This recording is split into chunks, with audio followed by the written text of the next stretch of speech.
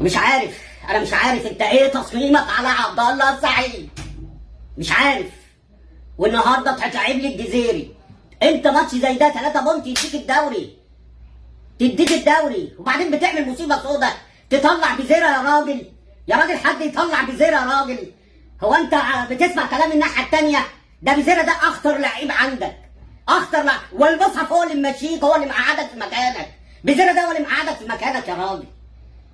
ايه عقليات حاجه، ده التدريب خلاص، ده بقى حاجه والله العظيم توجع القلب. بقى احسن لعيب في الملعب والخطير اللي ممكن يغير لك في اي ثانيه، تقوم جاي شده. ما شيكوبانزا بقاله ساعه تعبان، بقاله ساعه تعبان، راح تطلع جزيره عشان ما تلعب باتنين راسات حربه يا جدع، ما تنزل عدي جنب ناصر وتدخل بزيرة جوه تحتيهم، هيدبر لك الدنيا يا راجل، هيكسبك يا راجل.